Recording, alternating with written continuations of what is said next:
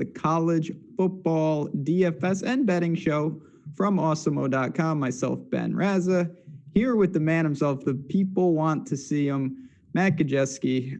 You are grinding hard. You've broken down all 13 of these games with your monster article. You've got projections. You've got everything that we need. Are you excited for another week of football? Dude, always. I was excited last night when we had your Campbell fighting camels in the slate. Anytime we get college football of any level, I am always excited. The fighting camels didn't put up a lot of fight last night. Mistakes were made, but yeah, we got some games. It's nice to have the SEC back. You know, we had that last week. That really changed what I thought was the season, and now we're in full swing until the Big Ten gets here.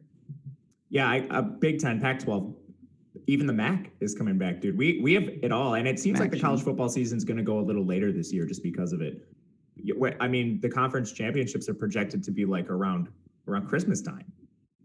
Yeah, I don't not to derail the show. We've been 1 minute, but what do they do with is bowl season going to just go later, or are they going to cut out some of these made up bowls?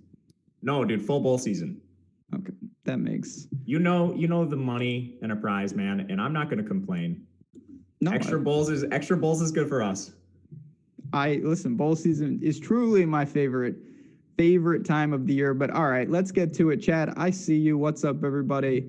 I'm gonna say to hit the like button before we dive in. Gets things right off the bat. First one, we're going to the SEC. South Carolina, the Fighting Will Muschamps against Florida.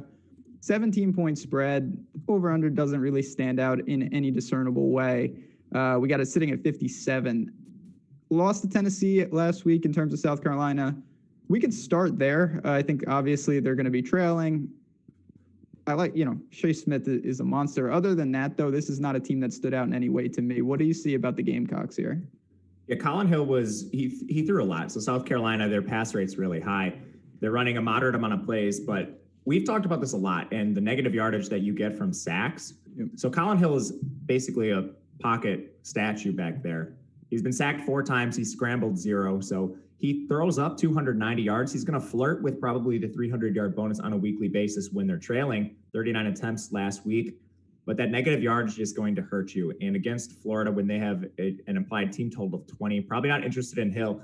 Luckily, he threw almost all of those targets to Shi Smith. He had a 43% target share, racked up 140 yards.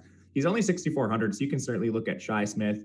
Their former quarterback, Dakirian Joyner, is 3,900. He only had 1 target, so he's like a potential punt play. But he was out there running a route on most of the dropbacks. Probably not getting to him, but just a name to mention. On the other side, one of the there's always some crazy things that happen week to week. I was stunned, and I'm not saying that I'm not a Kyle Trask guy, but my goodness, just dealing last week, 6 touchdowns. I know that Ole Miss is they got their own problems. I normally, and I think you preach this to some extent, I don't really look towards guys that are going to be a virtual 0 if they're lucky with rushing. When you're throwing 6 touchdowns, though, this is obviously something to consider. Do we go to Kyle Trask at 8,400? That's a question I never thought I would have to ask. There's a couple reasons to like him. He's priced up, so that's not fantastic. And then the pass rate, even though they were winning most of that game, was still 61%. So Kyle Trask is going to throw a lot this year. 42 attempts in that first game. In the grand scheme of things, I think they rush in a few more touchdowns throughout the year. The problem with him is stacking. And Kyle Pitts, of course, he's up at 7,300. You can always look at Pitts. But Kadarius Toney is a running back. He's essentially the number 1 receiver on that team. But DraftKings, for whatever reason, lists him at running back. And 2 attempts, it's not like he's actually carrying the ball. I just don't see yourself playing Kadarius Toney at 6,300 at the running back position.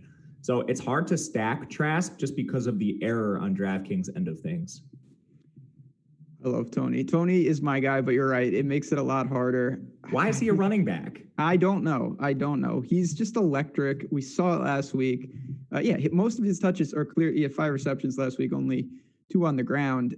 And it does. The opportunity cost and 6,300, I'm not in love with. Anything else? I mean, listen, this is a game. They're 17-point favorite. We know those guys, but to me, the prices are kind of premium considering what they did last week. I feel like the value's been sucked out a little bit. I agree. The receivers, they run a share. They've done this for years now. Like Trayvon Grimes is arguably the worst, the most mispriced player, the wrong direction on the entire slate. He only ran a route on about 50% of the dropbacks. Obviously, that's not going to get you there unless Trask throws like another 6 touchdowns and 3 of them go to Grimes. At 6,700, he's egregiously priced. And then in the opposite direction, Xavier Henderson, he's also out there about 50% of the routes, literally the same opportunity outside of the target share as Trayvon Grimes, but he's 3,300. So if you're going to pay for someone in Florida, you might as well just punt. Fair enough. And it's a game on the betting side. Certainly, I'm going to have a couple plays here and there. I'm not touching that. Just, it feels about right. I think Florida wins pretty comfortably. I don't anticipate anything crazy. Moving on, we don't go anywhere. We stick to the SEC. Missouri plus 11.5 going into Neyland, 49 over under. So again, not the best game. We don't know a ton about Missouri just because of the product of who they played. I thought they looked all right. 38-19 against Bama could be a whole lot worse than that. So start with them. A lot of new faces there. Certainly Drew Lock is not walking through that door. What do you think about this offense in a much easier matchup now? That game would have gotten worse, but Alabama put in their second team when it was 35-6. That's when we started seeing the Bryce Young era. It's not Bryce Young era, it's still Mac Jones. But I mean, they have a transfer in Sean Robinson. He's probably the better quarterback, but they refuse to name a starter. Still has the or on the depth chart. I don't think you're playing Sean Robinson at 5,700. He's a little bit of a dual threat. They run a 50-50 timeshare at the running back position, and unlike most programs, they actually have clear defined roles where Larry Roundtree is handling most of the work between the tackles, and Tyler Beatty is a pure pass catcher. He'll carry like 5 times, but also get 5 targets.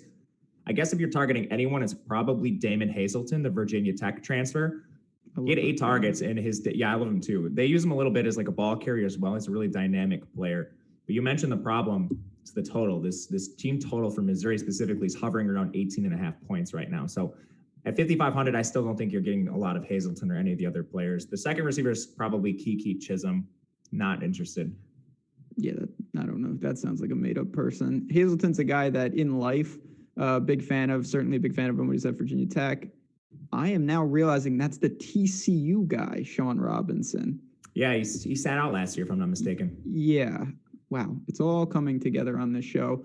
But this is a team you mentioned. Their implied total is really low. We have 13 games on the slate.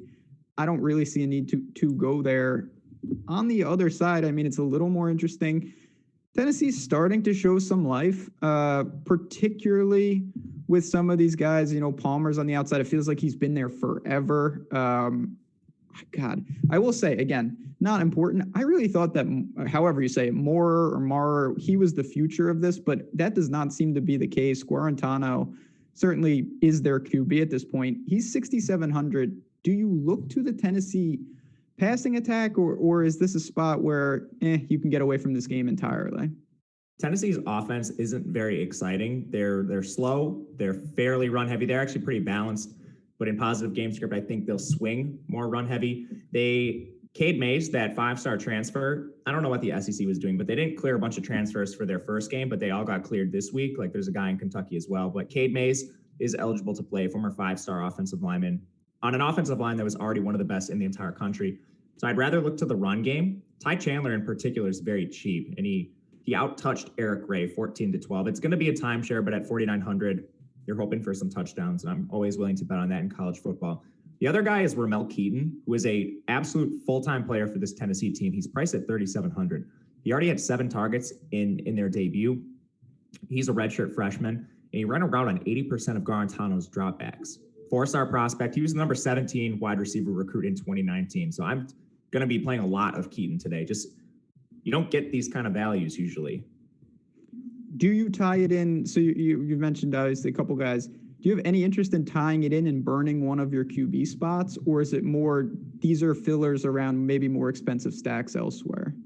They're fillers. I think you can just, if you want to access this game, you might want to on Tennessee side. They have a 31-point implied team total. So you might want to take a look at them, and it's probably through the running game. And Chandler's not expensive, so he's a decent access point.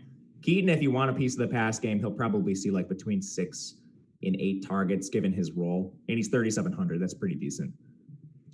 Yeah, that's not bad. Not bad at all. And I do think you're going to need some cheapies to fill in. So not the worst. You're not going to find sub 4K plays like that. Going to the Big 12, third game up, we got Baylor, -1.5, going into West Virginia, 54 total. it's kind of a weird spot. I don't know. Baylor rolled. Kansas is just awful. That's a whole nother story. They're just terrible. But Charlie Brewer, another guy who feels like he's been there forever. He's got some upside, can move a little bit. Start with the Baylor side. Floor is yours. Do you like the spot against West Virginia in a game that should be really competitive? They have a completely new coaching staff. And so Dave Aranda is now their head coach from LSU. Hired Larry Fedora as their OC. He's formerly with North Carolina, where they ran a fairly pass-heavy attack and they were fast. But you mentioned it against Kansas in their debut. They rolled Kansas, so they really just leaned on the run and slowed everything down. I think we could get a decent buy low spot on the entire Baylor offense. And Charlie Brewer, I'm not too excited with him. He's a low upside guy, but he has some athleticism. He's not going to get you a 0 in the run game. He passed for 300 yards 4 times last year. His receivers are kind of priced all over the place in R.J. Sneed, who is like a possession type receiver, no upside there. Tyquan Thornton was the second leading receiver last year, but he ends up with just 1 target in the season debut. Still was out there on almost all of the snaps, but 1 target's not fantastic. And Gavin Holmes is their slot at 3,900. I think similar to Tennessee, you can get some value here by targeting the run game, where we have John Lovett at 5,400 and Tristan Ebner at 65. I prefer Lovett just straight up. He out-touched Ebner 18-12 in their debut, and he was listed as the starter on the depth chart. I'm not entirely sure why Tristan Ebner is priced above John Lovett right now.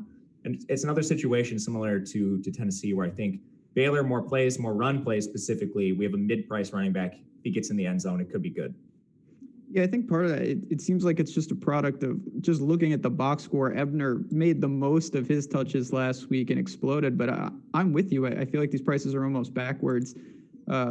If Baylor wins this game, they should control it on the ground, and that means a lot of work there. On the West Virginia side, we've seen this team a couple of times, much different opponents. They crushed, I think it was Eastern Kentucky, and then they had a tough game last week. They fought Oklahoma State just too good, despite that, they got their own problems, and I don't even think they're on the slate. But anyway, that's neither here nor there. We're starting to see what this team is about with Doja at quarterback, Letty Brown, Sam Jones. They got weapons. Do you like them in the spot against Baylor? It's a tight spread, so I think you could look to both sides. The over-under is not fantastic. West Virginia is a fairly passive team, and they're a fast team. So I'm not sure you're starting Jarrett Deggy because of how much of a negative he is in the run game. Took 5 sacks already, and he's negative 38 rushing yards on the year. He'll flirt with that 300-yard bonus at times, but those negative rushing yards are really going to bring you down. And then they run 4 wide receiver sets a lot, and it spreads out targets quite a bit. We've already seen it through the first couple games. Sam James did lead their team last year in receiving. He's 5,600. You could take a look at him.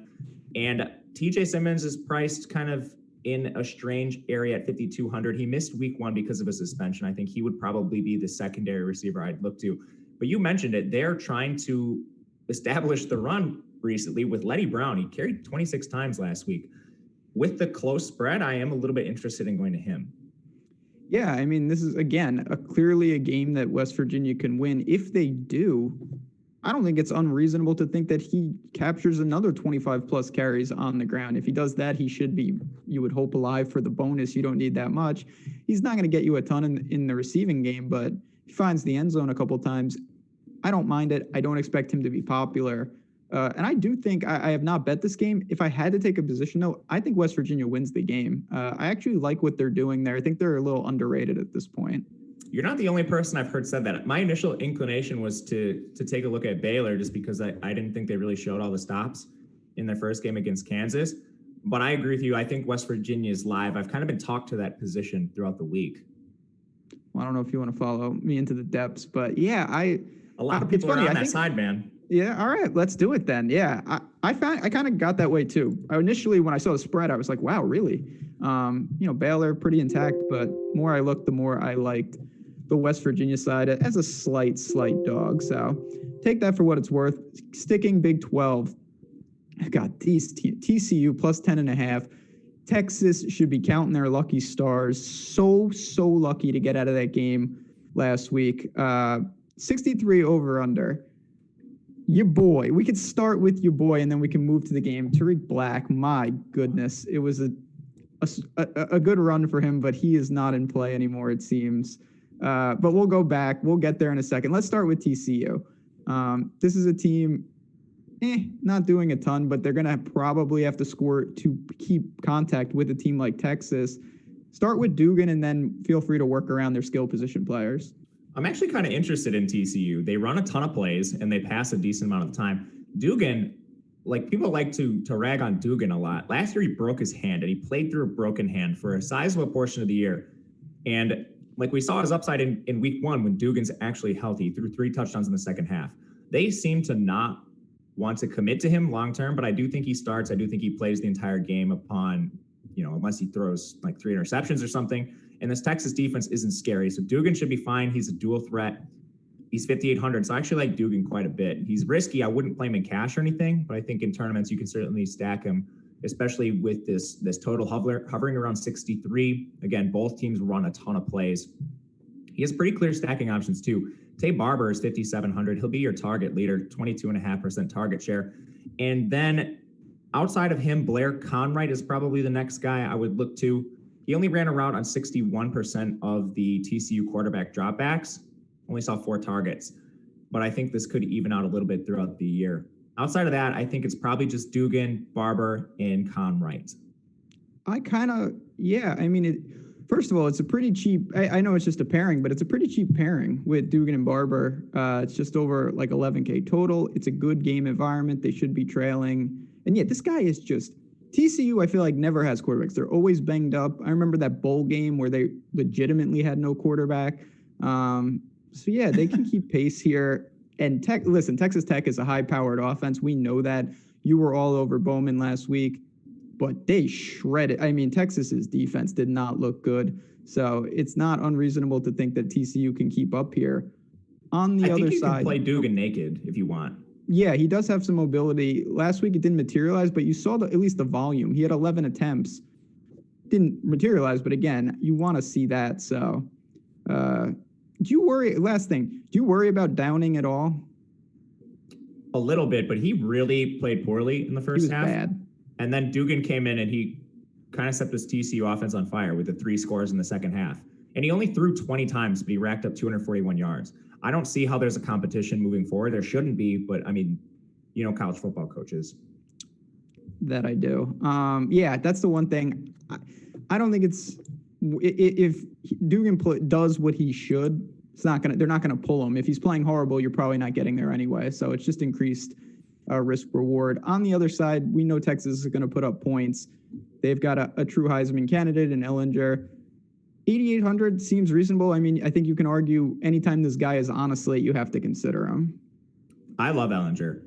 Interestingly, I want to know what you think about this. Texas really tried to establish the run last week, specifically. They didn't do this in week 1, but they did in week 2, and I don't know why.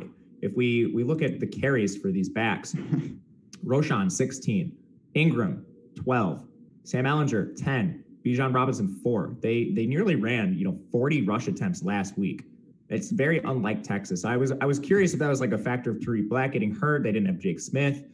But anyway, I think if you want to target this offense, there is a running back timeshare, so you're probably not looking there anyway. Joshua Moore, 7K. He's their number 1. They get Jake Smith back this week. He's 5.5K. He's a dynamic slot receiver for Texas. He was injured earlier in the season. Last year, he finished with 25 catches, 274 yards, and 6 scores. That was his freshman year, too. So expecting a lot from him. I hope he's healthy. He reportedly practiced all week and will play today.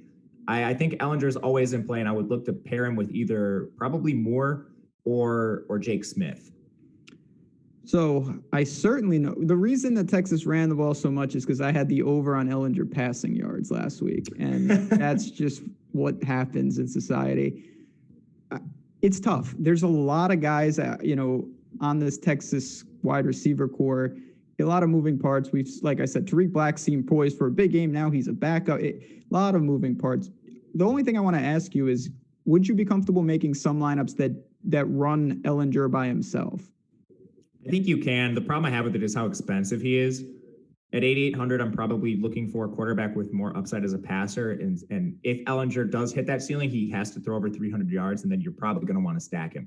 So just trying to rationalize the upside of your overall lineup. Unless you're playing cash, that's certainly viable in a cash situation. But if you're playing a tournament and you want Ellinger to actually hit his ceiling and pay off that salary, he needs to throw a lot, and then you should have him stacked.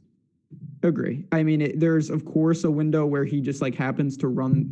It's incredibly narrow that he gets there only on the ground. He's kind of like Cam Newton as a rusher. He's not going to he's not Kyler Murray, but they'll use him on the goal line a little bit. I agree. Totally agree. Yeah, this is not a guy that gets in open field. He's a big dude. Certainly going to be scoring more than racking up 100-yard bonuses. For sure. In my opinion. All right, we go to the first ACC game, and this team, they've been on the slate a lot. So we got NC State, 2-touchdown underdog going into Pitt. Pitt's good. 46.5 total is the problem, and that's because of Pitt. They have a very solid defense. NC State, I'll be honest, I didn't watch their game last week, but I assumed they were in a good spot because Virginia Tech had a bunch of guys out. They got smoked, though, gave up 45 points. What is the deal with NC State this year? They're not committing to a quarterback. They played good start. Two guys. So anytime you see that, it's not great. This is actually my favorite bet of the day, I think. If you can get this below 14 points, the line's been moving around a little bit. It was sitting at like 14.5 most of the week, and it crossed that 14 line and went down to 13.5 this morning, and I bet Pitt. So okay. That is something I like right away just in the betting markets. NC State, I mean, outside of their quarterback rotation, they also have a 3-man backfield, and they also have a receiver room where they're rotating about like 9 guys. Their target leader on the year has 9 targets, Devin Carter. So you just can't play anyone. Like I said, I was stunned. I really didn't know what to make of this team, but they just looked awful. And now you see they got some issues. I will say real quick, it's a perfect time to plug it. You mentioned you like Pittsburgh. One of the important things is that half a point. And if you go to Awesemo.com, you go to Odd Shopper, you can see the lines from all the different books. And getting 13.5 in this spot, if it's available, is certainly stealing some value. So I really recommend people, if you are betting these games, go check out Odd Shopper, which we have. It's totally free and a great resource. On the other side, I mean, I know you mentioned you like Pitt, and I'm actually with you. I haven't bet it, but I might jump on. We've seen this team now quite a bit. Pickett is just very efficient. He knows what he's going to do. He's got some mobility, can get you there on the ground, and it's another good matchup. Tasir Mack finally played. We finally cashed that ticket. What do you do with the Pittsburgh offense, or do you think ultimately they just lean on the defense and it's not a great game to target? They seem to be looking to run a little more this year than past seasons. What we really liked about Kenny Pickett last year, he's not the most efficient quarterback, but he averaged 39 attempts in 2019. This year, he's around 31. That number's a little depressed because of the game against Austin Peay. But either way, they're still running a little bit slower, and they're running a little bit more run heavy.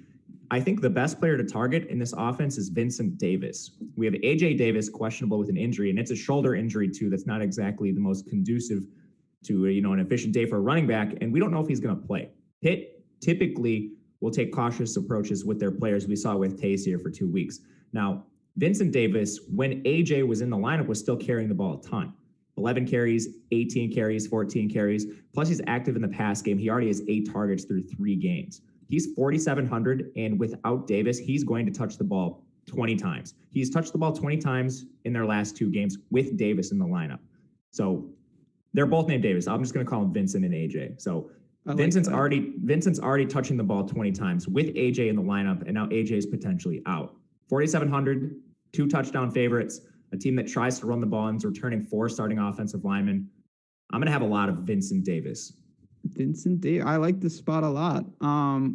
Do you take it a step further, or do you think it's getting too cute to look to $3,500 Abicanada, who may slide in? I could see him getting 10, 12 carries on the ground. Yeah, he carried. So Davis went out. I don't remember in what quarter, but it allowed Abicanada to get 9 carries himself. So he also had a target. That's 10 touches and 3,500. I think if you can get up to Vincent, you're probably going to try to. But if for whatever reason you're just jamming in a lot of studs and Abicanada is the last guy, and I don't hate it. No, that's a spot to target though. Just in general, I think the Pittsburgh running game you mentioned. There's a lot of, I think, early in college DFS is identifying what teams want to do. Game script will dictate ultimately, but we have seen several teams, you mentioned Texas, Pittsburgh, they, in an ideal situation, they will be running the ball more than I anticipated coming into the year. So that's something to take. We forgot NC State's allowing 231 rushing yards a game. There's also that Virginia Tech absolutely mauled them. And then Blackshear got hurt. That's neither here nor there. I think they're on the slate. We may talk about them in a bit, but this is a game. God, I know it's 1 week, and Texas A&M is. Listen, they won the game. They looked lifeless last week, and now they better play a whole lot better because they're 18-point underdogs going into Tuscaloosa. Vaunted Bama 53.5. I know Texas A&M has some opt-outs. They're not a full team. I could not believe, and I don't want to get too crazy, but I thought they looked so poor against Vanderbilt, who was just terrible in their own right. Kellen Mond is a guy that I've always liked to target because he's got some mobility. What do you make of Texas A&M? Are they going to struggle this year, and they're just clearly not the same team I thought they would be? They're going to struggle. I was really surprised because, they lost like Jamon Osborne, who's a very good receiver, but they still returned 5 offensive linemen, and each of them had 13 career starts. They didn't run the ball a ton. They're passing the ball about 52% of the time, and they're not using Mond as a rusher. He had 7 carries for Kellen Mond. 26 yards. That's just like egregiously bad, and I can't believe they're using him this way. He's not a pocket passer, and if you're going to expect him to play like that, it's not going to go well. And they were favored by like 35 points in that game and won by 5. Not to mention, sorry, go ahead. No, please take it away. Like their best running back, Isaiah Spiller, he outcarried Anai Smith 174-7 last year. Now they're in a 1-for-1 timeshare. I don't know what this Texas A&M team is doing. Jimbo, everything that guy does annoys me. They only ran 56 plays. Yeah.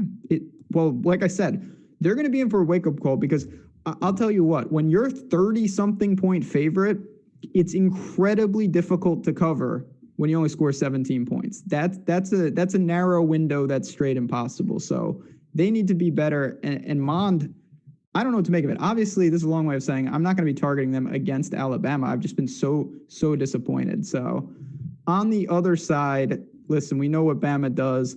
They've got weapons on weapons. It's tough. I mean, Mac Jones, I think rightfully so, won the job. He's going to be serviceable. I don't think he's a high upside guy. So you could talk about him, and then, I mean, Najee Harris, I figured we'd be targeting on Sundays right now. He's just fantastic. 20 touches for him seems more than reasonable, but he's $9,000. Can you pay that premium for him?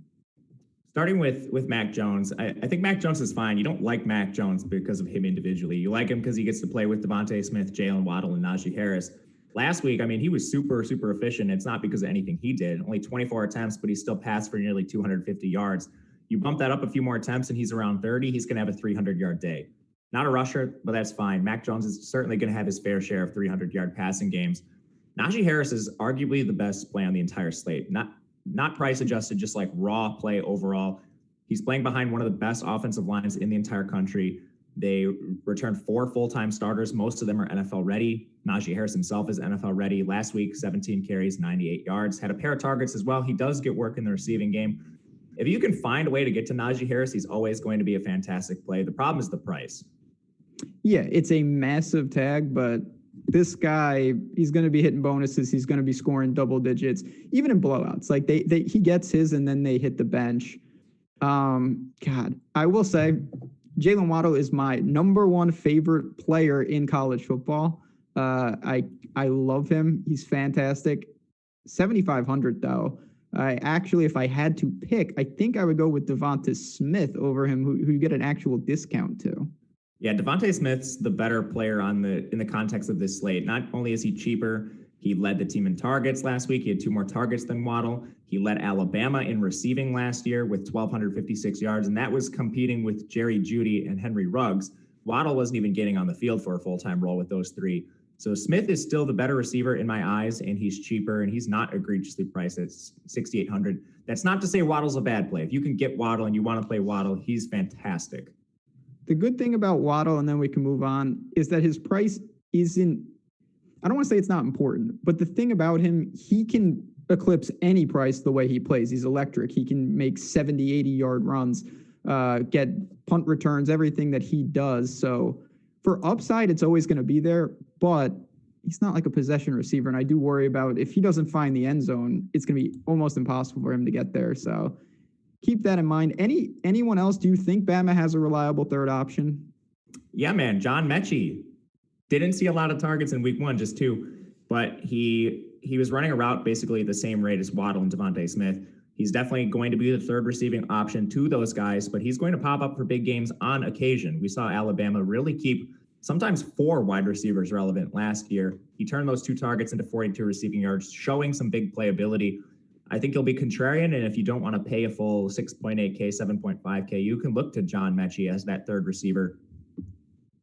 Okay. No, that's good to know. And we'll see. Like I said, Bama's a team, a lot of times they don't, they do what they do, and then they don't have to put their foot on the gas. This is a game you would think, though, we'll see what Texas A&M is made of. I wouldn't be stunned to see Mac Jones and co still playing in the fourth quarter.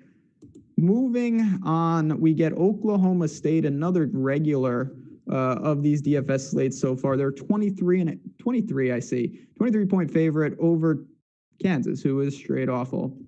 54 total. The theme of early college football, and it's one I never thought I would say, Chuba Hubbard has not been getting there for us. We know that Spencer Sanders, I think he's going to play, but he's been banged up, didn't play last week. What's the deal with who many think is the best running back in the country?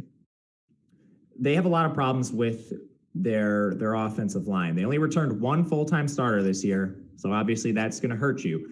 And it certainly has. A team like Tulsa was just loading the box on Hubbard. Didn't help that Spencer Sanders got hurt, and then teams could really just key in on the run. But you like Hubbard because he's going to see that volume. Spencer Sanders' return should help the offense overall. I don't think Sanders himself is a great play. He's not really a threat for either bonus. He does rush a bit, but he seldom is going to eclipse the 100-yard rushing bonus, and he almost never is going to get you 300 yards passing. I like Hubbard the most. He's expensive, and I prefer Najee straight up, who's only 100 more. Tylan Wallace is their best receiver coming off that ACL tear in 2019. Oklahoma State finally got him involved in week 2 with 11 targets. Again, that week 1 game was just abysmal. Wallace only had 6 targets, and that's just never going to get it done. In the context of this slate at 6,500, I much prefer Devontae Smith. There's just a lot of guys in that range. It's weird, 23-point favorite, and I don't have much to say on this team. Certainly they're going to get the job done against Kansas, but I'm with you. Chubb was fine, but Najee Harris strongly preferred for me, and similar with Wallace on the outside. There'll be a time for Oklahoma State. I think they're working through some things. Kansas, though. I almost don't want to even ask you what is going on. I know they're bad, but this is Kansas of a couple of years ago where they just won 0 games. There's a couple things to just ancillary pieces if they can ever figure it out. They're running a lot of plays. They're really inefficient right now, but they ran nearly 80 plays last week. They're passing 49% of the time. That's going to be volume for these guys. Now you just hope that they can get a little bit of efficiency. And their coach, I don't know if you heard this, he called Jalen Daniels the next Cam Newton. So I don't know, maybe we should be looking at this guy a little bit. Just kidding. Don't look at Jalen Daniels. But they do some really cheap guys. So Takuve Williams, he's the replacement for Stephon Robinson, I'm not sure how you pronounce that name. Stephon Robinson was hurt in week 1. He returned in week 2 for 6 plays, re-aggravated his injury, and went out. So his health is a major concern. And Takuve Williams has 9 and 8 targets in back-to-back games.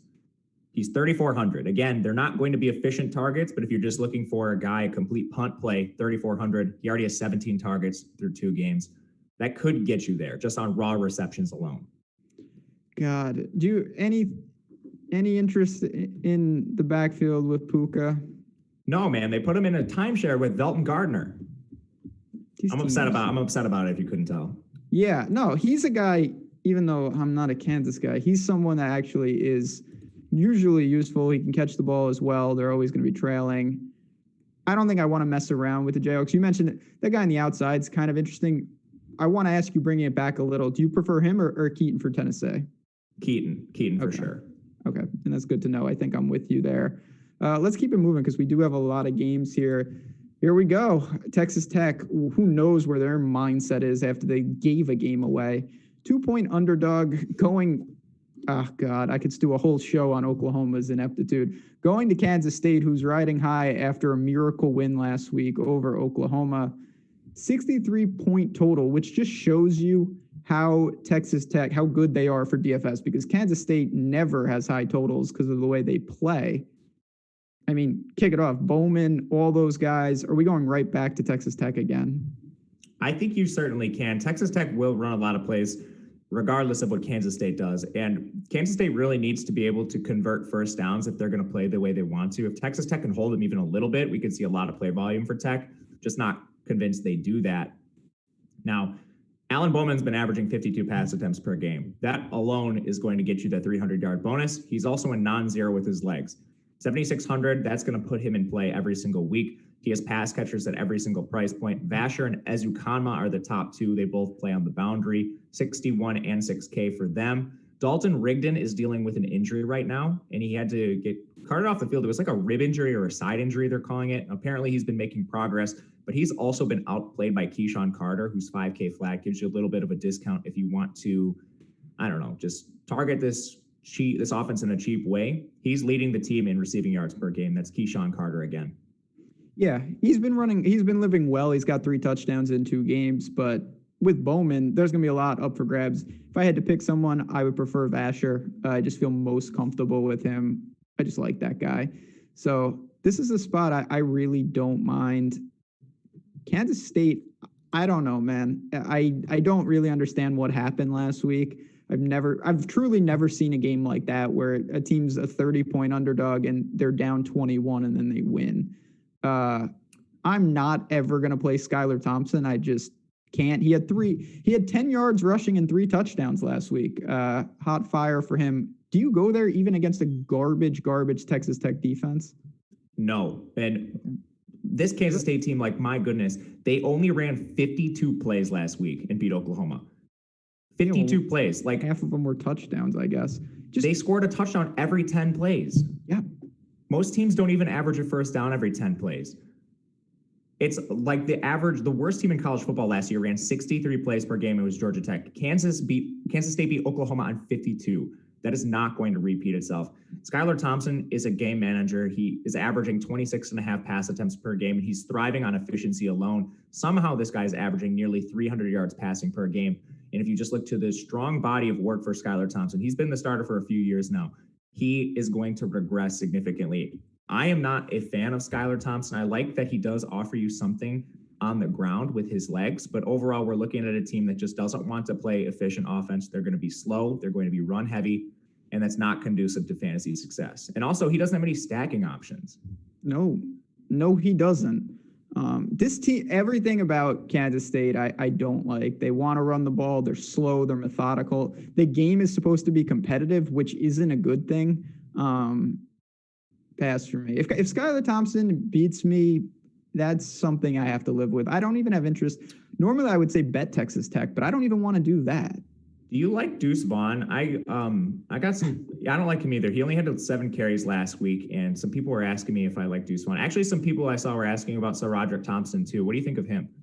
So if I had to pick between the two, even though north of 7 isn't exactly where I wanted to see him, but he's another guy. Even though they throw the ball so often, he lives really well with touchdowns as well. Like, they're not afraid to run around the goal line. I don't really view Bowman as that type of red zone threat per se. And Vaughn was interesting, but he got the major bump, $2,400 bump to 62. I don't think I can justify that because you're legitimately trying to get there, I'd say, on 10-ish touches. Yeah, he only had 7 carries last week. So Roderick actually has 20 touches per game. I'm kind of interested in him. He's 7,100. I think he could be a better price-adjusted play than, like, Najee or Chuba because he's going to see the same volume and he's like 2K less. Yeah, it's just a matter of game. I don't worry too much about the game script, but you want Texas Tech to open up and force Kansas State to play a little faster. If Kansas State gets the lead, that will be a slow, ugly game. Yeah, we could. It's going to be a tough game to decipher.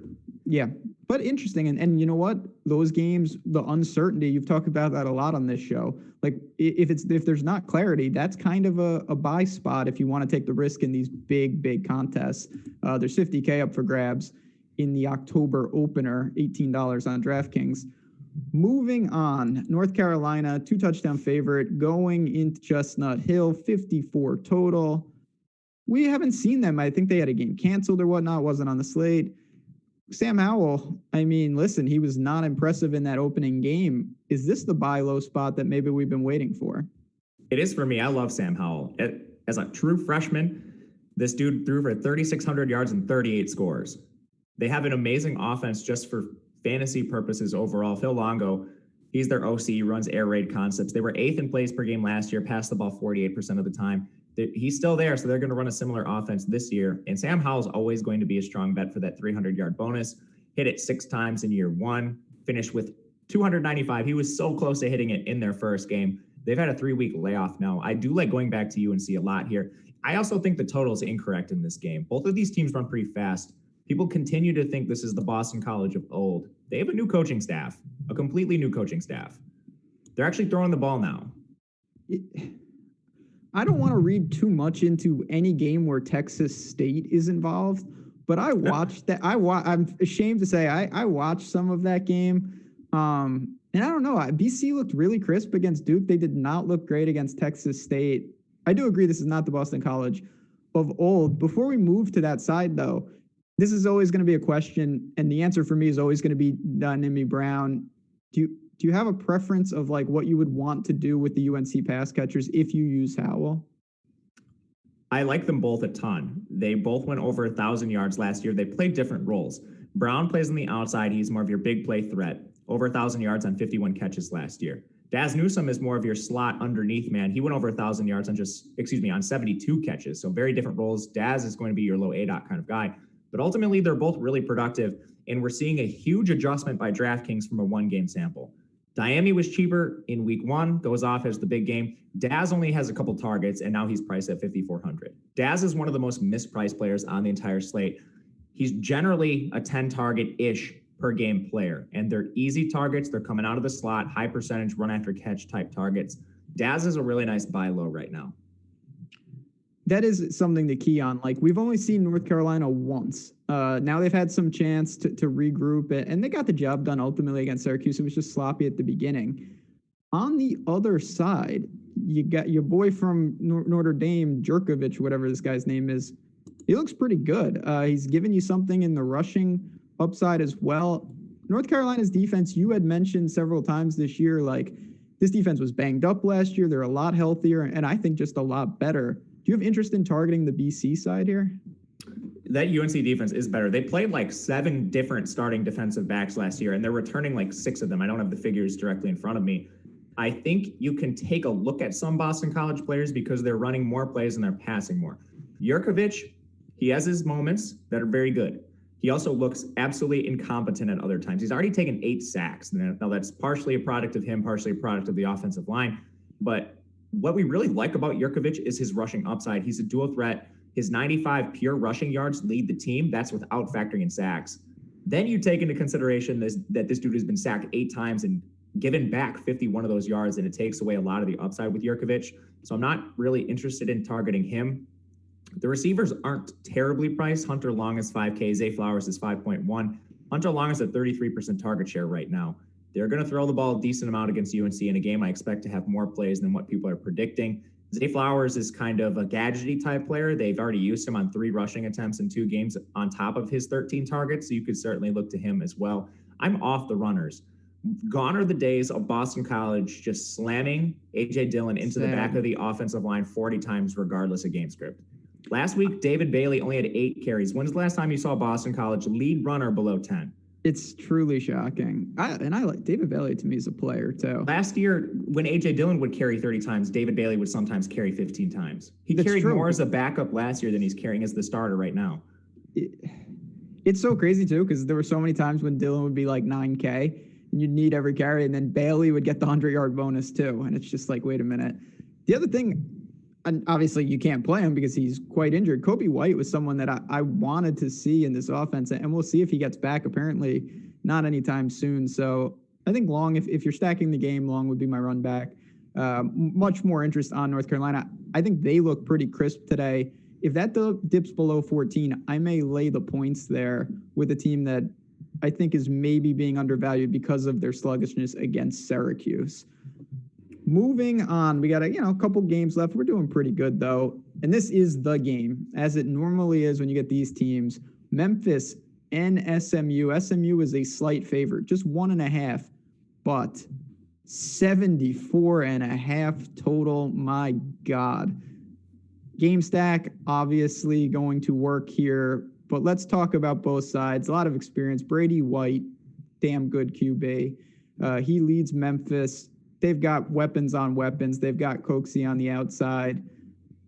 How do you break down a team like this? I mean, this is a great game on all sides. Luckily, it's going to make decisions a little bit tougher because DraftKings appropriately priced them.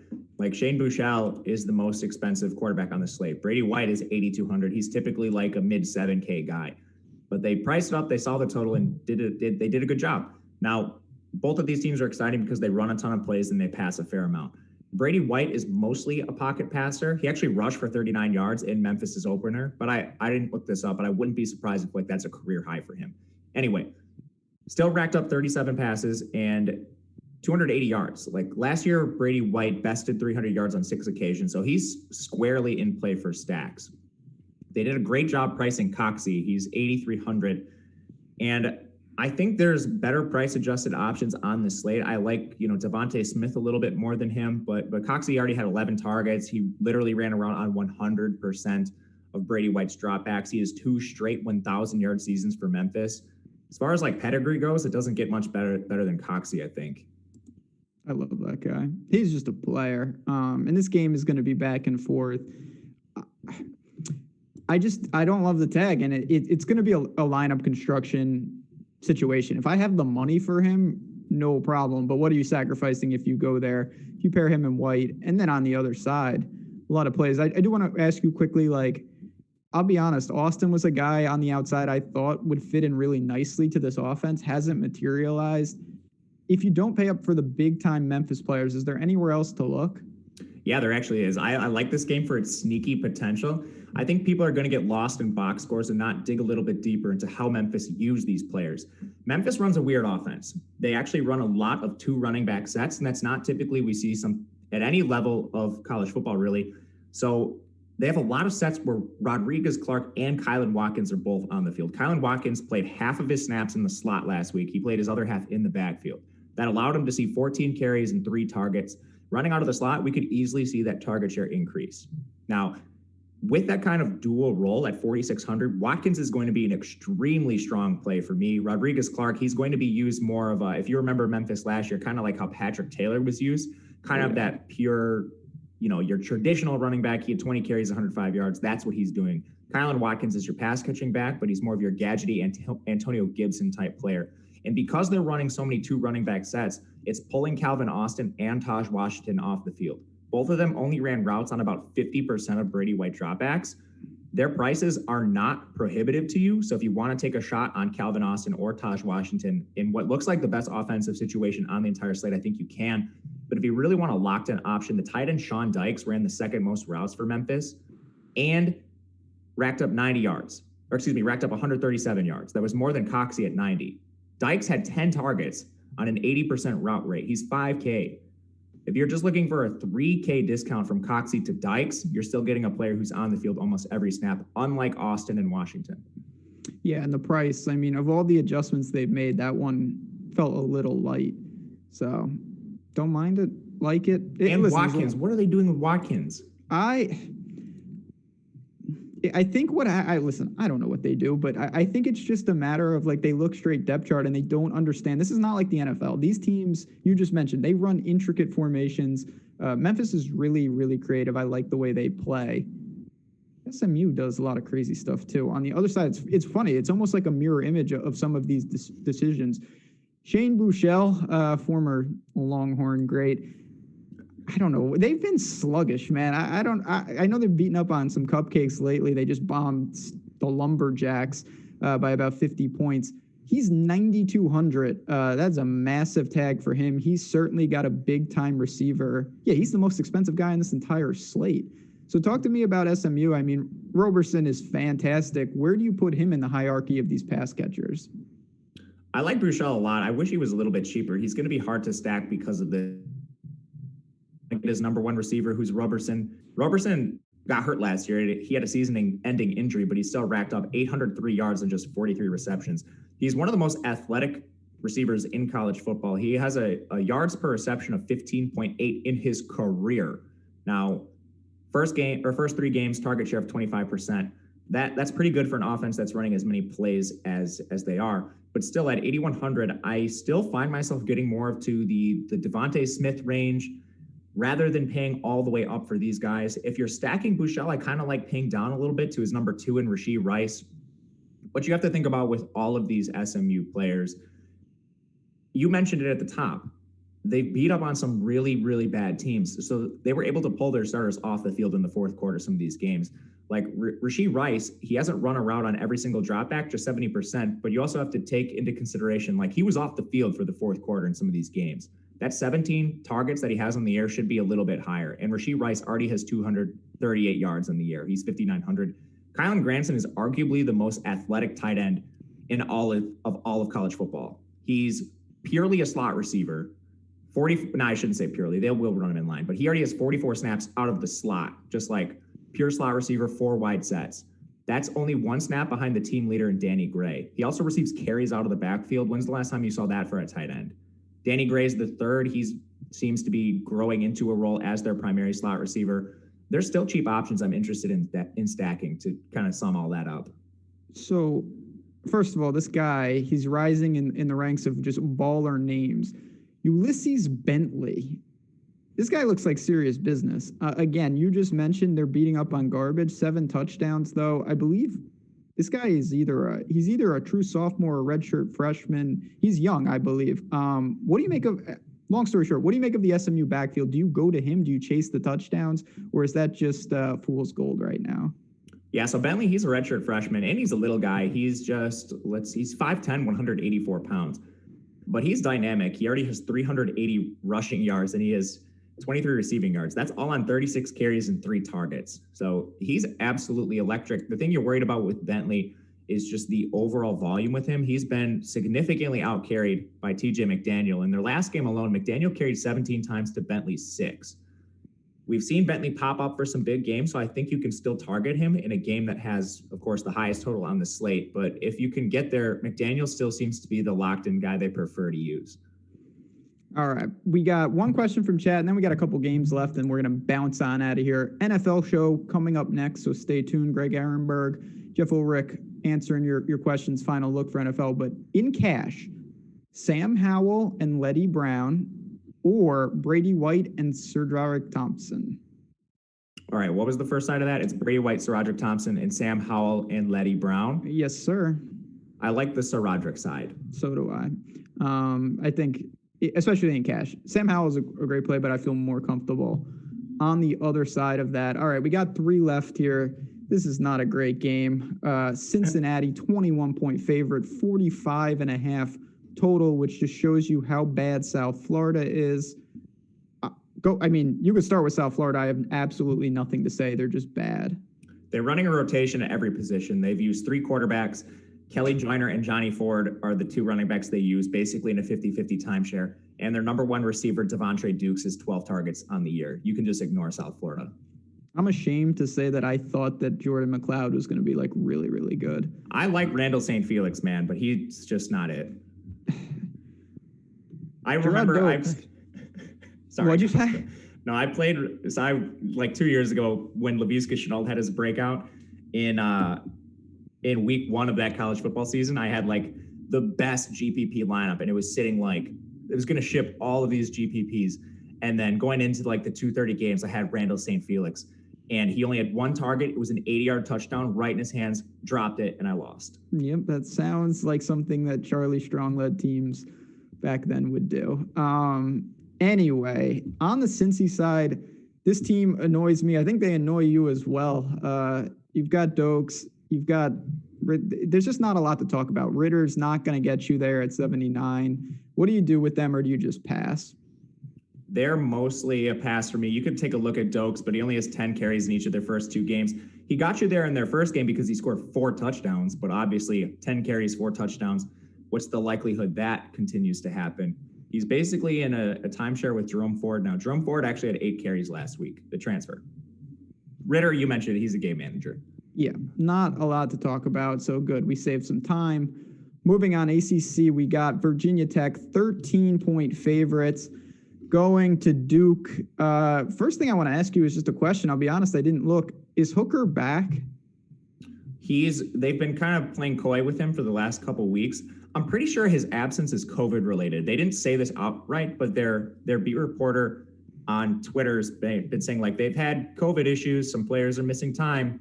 So I think he's not actually hurt, but I don't quote me on that. Anyway, Hooker is supposed to be back today. We don't know for sure because they don't offer any injury information. But Hooker should be the number one quarterback if healthy. He easily outplayed Quincy Patterson last year. Whether he can outplay Burmeister is a different situation here, but he's actually pretty good. He completed 61% of his passes for 1,500 yards in a part-time role. Also dynamic with his legs, 356 yards again, just in a part-time role. So I'd love it if Hooker played. I'd actually have some interest because they have a pretty solid implied team total. And this is low-key one of the better bets, I think, on the day too. Yeah, I mean, again, I was pretty stunned that Virginia Tech rolled NC State with a lot of guys missing. We know that Duke has got some problems. I tried to back them against BC. It did not work. Blackshear's banged up. Looks like he's going to play. Not a lot to say. And then the Duke side, also not a lot to say. We've talked about them several times already. We've got Calhoun, Bobo, and Gray on the outside. Chase Bryce, kind of a game manager. He's cheap, but I don't see a ton of upside. What do you make of Duke before we go to the last game? Just glancing, you'd be interested in Bryce at his price, and he does offer some dual threat ability when he's not just egregiously taking sacks, and he's taken 8 of them, so it mitigates all rushing upside he has. But he's throwing 38 pass attempts a game. That's solid volume. Normally, you'd be interested in that, but their number one wide receiver, Jalen Calhoun, has 16 targets through 3 games. Their leading receiver, as far as we want to look at just the routes run for Duke, Jalen Calhoun's run around on 63% of Bryce dropbacks. That leads the team. So it's a pretty egregious timeshare at wide receiver. You're not interested in Deion Jackson. He's going to get you 15 touches, no more, no less. And they're going to be inefficient. Right now, he's averaging 58 yards a game. There you go. Let's go Hokies. Big Virginia Tech guy. So let's do it. I'm in on the Hokies today, man. I like them against the spread. Let's go. We're laying the points. Road dogs don't mean anything because there's no fans. All right. Final game. Before I do that, I do want to say, Chad, it's so fun to have this show growing at the rate it is. We really appreciate you guys. More him than me. You should follow me just because I'm the one that's saying it, but give Matt a follow. His article is in front of the paywall right now over at awesemo.com. It's an absolute monster. It has everything that we're talking about and more. So go, if you are playing, go and do that. Certainly sign up and get in the Slack. We got a lot of people talking about college football, many other things. Preakness Stakes today, Art Collector. You heard it here first. That's neither here nor there, though, on the pony side. Last game, my favorite bet of the day, sticking with my Kentucky Wildcats, who did not get it done last week. 7-point favorite at home, 63-point total. The Plumlee dream, I believe, is dead. Matt Corral kind of has a stranglehold on this job at Mississippi right now. What do you make of him and this Ole Miss offense?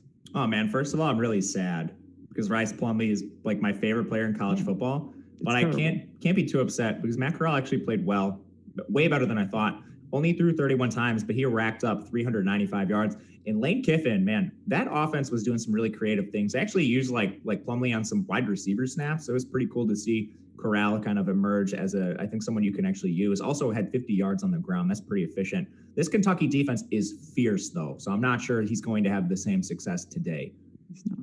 He's not. Kentucky knows what they're doing. If the refs didn't screw them, that was a touchdown before halftime. I don't care what anyone says.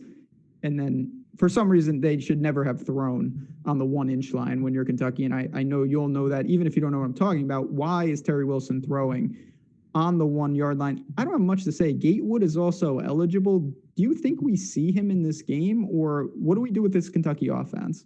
I don't think we see Gatewood. I dug into the weeds here and was looking at some beat reporter stuff from Kentucky. It doesn't seem like Kentucky was expecting to have Gatewood this early in the season. He hasn't even been taking second team reps. So I just think he's not ready for game time. Maybe you see him on like some gadget stuff, but it's going to be Terry Wilson. And were you surprised how many plays they ran? I was very surprised that Kentucky ran as many plays as they did. And if Terry Wilson's going to throw the ball 37 times, I'm going to have at least some mild interest. I mean, he's not efficient whatsoever, but 37 attempts is a lot. I was stunned at how often they threw the ball. And this was not a game where Auburn, at the end got away, but it was a competitive game and they were throwing a lot. I assumed that the triple-headed monster that they have in the backfield would reign, and Wilson is a mobile player, so I don't mind him. The problem I really have is I guess it's actually, I'll say this. I don't mind if you want to be very different and use him and Josh Ali. He looked good. 5,600 is reasonable. This game, I think Kentucky rolls them. I really like this defense. So take that for what it is. Listen, 13 up, 13 down. Not too shabby in an hour. We may start a little earlier next week so I can get in more egregious takes. But on that note, we got to bounce on out of here because we got another show right behind us. But like I said, thanks again. Thanks to Matt for just doing the heavy lifting with a 13-game slate. Certainly keep your eye out in the next hour for news. Matt will be on it on his Twitter. I'll be on it in our premium Slack. So good luck, everyone. Enjoy college football. I'll see you guys. We both will tomorrow morning for NFL DFS takes right here on Awesemo.